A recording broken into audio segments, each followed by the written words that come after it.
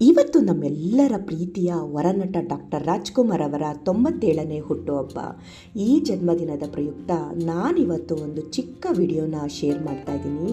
ಅದಕ್ಕೆ ಕಾರಣ ನಾನು ಅವರ ದೊಡ್ಡ ಅಭಿಮಾನಿ ಅಂತಲೇ ಹೇಳಬಹುದು.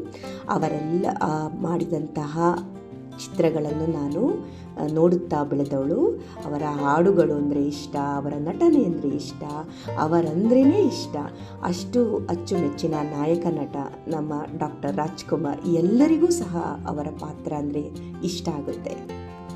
ಇವರಿಗೆ ನಟ ಸಾರ್ವಭೌಮ, ಕರ್ನಾಟಕ ರತ್ನ, ವರನಟ, ಅಣ್ಣವರು ಹೀಗೆ ಅನೇಕ ಬಿರುದುಗಳು ಬಂದಿವೆ.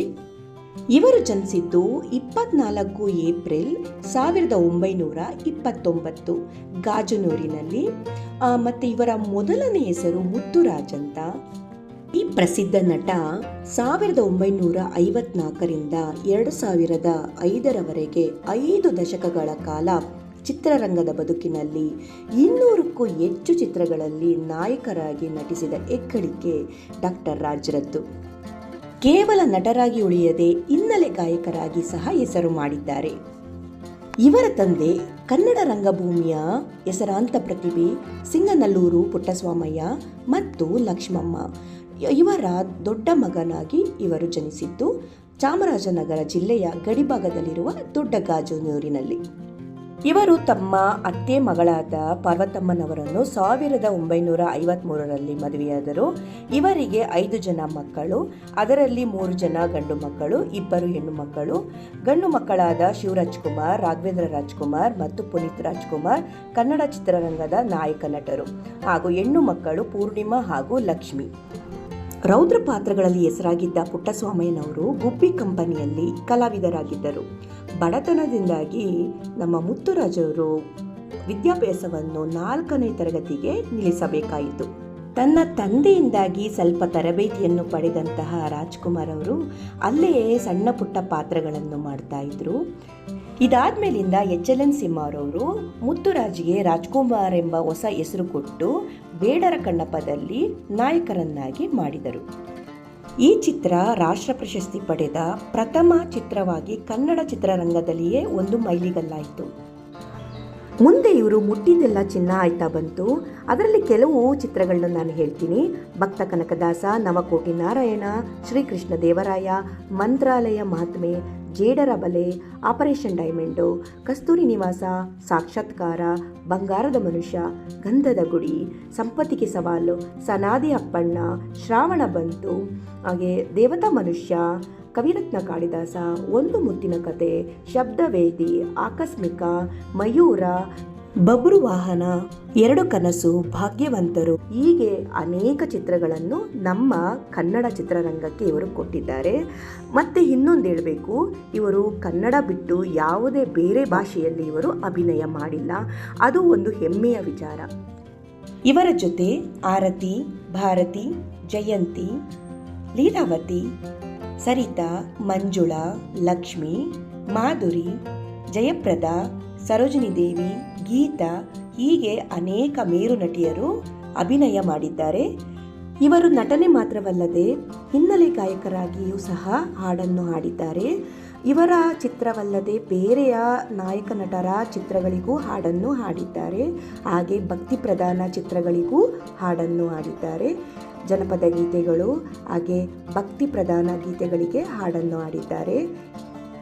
ಇವರು ಗೋಕಾಕ್ ಚಳುವಳಿಯ ಮುಖಾಂತರ ಕನ್ನಡಕ್ಕೆ ಸಿಗಬೇಕಾದಂತಹ ಮೂಲಭೂತ ಸೌಲಭ್ಯಗಳು, ಹಕ್ಕುಗಳು, ಹಾಗೆ ಯಾವೆಲ್ಲ ಒಂದು ನಮ್ಮ ಭಾಷೆಗೆ ಸಿಗಬೇಕಾದಂತಹ ಪ್ರಾಮುಖ್ಯತೆಯ ಬಗ್ಗೆ ಅರಿವನ್ನು ಮೂಡಿಸುವುದರಲ್ಲಿ ಈ ಚಳುವಳಿಯ ಮುಖಾಂತರ ಎಲ್ಲರಲ್ಲೂ ಜಾಗೃತಿಯನ್ನು ಮೂಡಿಸಿದರು.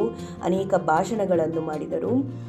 ಇದರಿಂದ ನಮ್ಮ ಒಂದು ಕನ್ನಡ ಭಾಷೆಯ ಒಂದು ಅರಿವು ಎಲ್ಲರಲ್ಲೂ ಹೆಚ್ಚಾಯಿತು. ಅಭಿಮಾನವನ್ನು ಬೆಳೆಸಲು ಇವರ ಭಾಷಣ ತುಂಬಾ ಸಹಕಾರಿಯಾಯಿತು.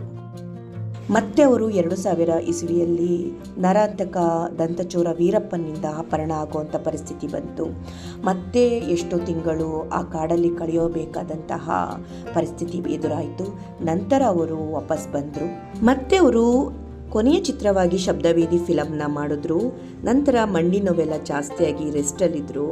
ಕೊನೆಯದಾಗಿ ಅವರಿಗೆ ಎದೆ ನೋವು ಜಾಸ್ತಿಯಾಗಿ ಅವರು 12 ಏಪ್ರಿಲ್ 2006ನೇ ಇಸ್ವಿಯೇ ಬುಧವಾರದಂದು ಮಧ್ಯಾಹ್ನ 1:45 ಕೂತಿನ ಸುಮಾರಿಗೆ ನಮ್ಮನ್ನೆಲ್ಲ ಬಿಟ್ಟು ಅವರು ಅಗಲಿ ಹೋದರು. ಕೊನೆಯದಾಗಿಯೂ ಸಹ ಅವರು ತಮ್ಮ ನೇತ್ರಗಳನ್ನು ದಾನ ಮಾಡುವ ಮುಖಾಂತರ ನೇತ್ರದಾನ ಮಹಾದಾನ ಅನ್ನೋ ಸಂದೇಶವನ್ನು ಕೂಡ ಕೊಟ್ಟು ಹೋಗಿದ್ದಾರೆ. ಇದು ಎಲ್ಲರಲ್ಲೂ ಒಂದು ಮಾನವೀಯತೆಯನ್ನು ಮೂಡಿಸುವಂತಹ ಸಂಗತಿಯಾಗಿದೆ. ಅಭಿನಯಕ್ಕಾಗಿ ಅನೇಕ ಪ್ರಶಸ್ತಿಗಳು ಹರಿದು ಬಂದಿವೆ. ಪದ್ಮಭೂಷಣ, ದಾದಾ ಸಾಹೇಬ್ ಫಾಲ್ಕೆ ಪ್ರಶಸ್ತಿ, ಕರ್ನಾಟಕ ರತ್ನ ಪ್ರಶಸ್ತಿ, ರಾಜ್ಯ ಪ್ರಶಸ್ತಿ, ಅತ್ಯುತ್ತಮ ನಟ ಪ್ರಶಸ್ತಿ, ಕೆಂಟಕಿ ಪ್ರಶಸ್ತಿ, ನಾಡೋಜ ಪ್ರಶಸ್ತಿ, ಕುಪ್ಪಿ ವೀರಣ್ಣ ಪ್ರಶಸ್ತಿ, ಹಾಗೆಯೇ ಕಲಾ ಕೌಸ್ತುಭ ಪ್ರಶಸ್ತಿ, ಹೀಗೆ ಅನೇಕ ಪ್ರಶಸ್ತಿಗಳು ಬಂದಿವೆ. ಮೈಸೂರು ವಿಶ್ವವಿದ್ಯಾಲಯದಿಂದ ಗೌರವ ಡಾಕ್ಟರೇಟ್ ಪದವಿ ಕೂಡ ಬಂದಿದೆ. ಬಿರುದುಗಳಂತೂ ಹೇಳದೇ ಬೇಡ, ಅಷ್ಟು ಬಿರುದುಗಳು. ಅಭಿನಯ ಕಲಾಶ್ರೀ, ಅಭಿನಯ ಕೇಸರಿ, ಅಭಿನಯ ಚಕ್ರೇಶ್ವರ, ಅಭಿನಯ ಬ್ರಹ್ಮ, ಅಭಿನಯ ರತ್ನ, ಕನ್ನಡ ಕೇಸರಿ, ಕನ್ನಡ ರತ್ನ, ಕನ್ನಡ ಕಣ್ಮಣಿ, ನಟ ಸಾರ್ವಭೌಮ, ಹೀಗೆ ಅನೇಕ ಬಿರುದುಗಳು ಜನರು ಇವರಿಗೆ ಕೊಟ್ಟಿದ್ದಾರೆ. ಇವರ ಕನ್ನಡ ಹಾಗೆ ಅಭಿಮಾನಿ ದೇವರುಗಳೇ ಎಂದು ಕರೆದಂತಹ ಇವರ ಒಂದು ಸಜ್ಜನಿಕೆ, ಸರಳತೆ ವರ್ಣಿಸಲು ಪದಗಳೇ ಇಲ್ಲ. ಹಾಗೆ ಇವರು ಒಂದೆರಡು ಸಾಲುಗಳನ್ನು ಹೇಳಿದ್ದಾರೆ ನೋಡಿ, ಎಷ್ಟು ಚೆನ್ನಾಗಿ ಹೇಳಿದ್ದಾರೆ. ಸ್ಥಾನ ಸಿರಿ ಸಂಪತ್ತು ಎಂದಿಗೂ ಶಾಶ್ವತವಲ್ಲ, ವಿಶ್ವಾಸ ಅಭಿಮಾನ ಎಂದೆಂದಿಗೂ ಅಮರ ಎಂದು ಹೇಳಿದ್ದಾರೆ ನಮ್ಮ ಡಾಕ್ಟರ್ ರಾಜ್ಕುಮಾರ್ ಅವರು.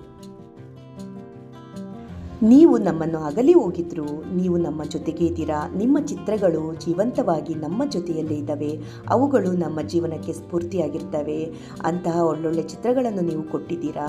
ಹಾಗಾಗಿ ನೀವೆಲ್ಲೇ ಇದ್ದರೂ ಧ್ರುವತಾರೆಯಾಗಿ ನಮ್ಮ ಜೊತೆಗೆ ಇದ್ದೀರಾ ಅಂತ ನಾನು ಭಾವಿಸ್ತಾ ಇದ್ದೀನಿ.